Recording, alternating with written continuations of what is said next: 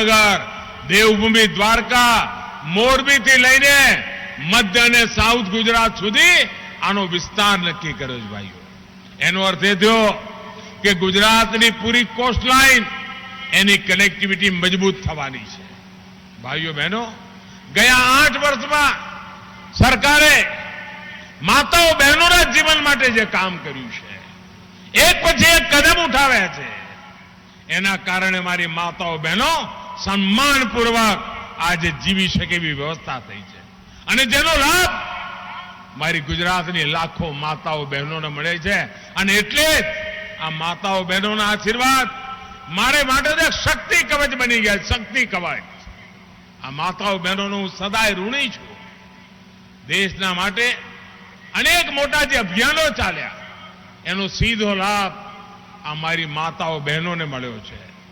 સ્વચ્છ ભારત હોય, કરોડો શૌચાલય બનાવ્યા હોય, અને શૌચાલય માટે આપણે ત્યાં જાજરૂ શબ્દ વપરાય.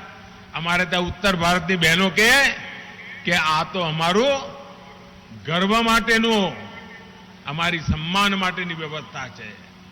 કરોડો શૌચાલય બન્યા. બહેનોને અનેક મુસીબતોમાંથી અમે મુક્તિ અપાવી. અમે એના કારણે એમના સ્વાસ્થ્ય પણ સુધાર થયો. અમે ઉજ્જવલા યોજના ગેસ પહોંચાડવાની વ્યવસ્થા કરી.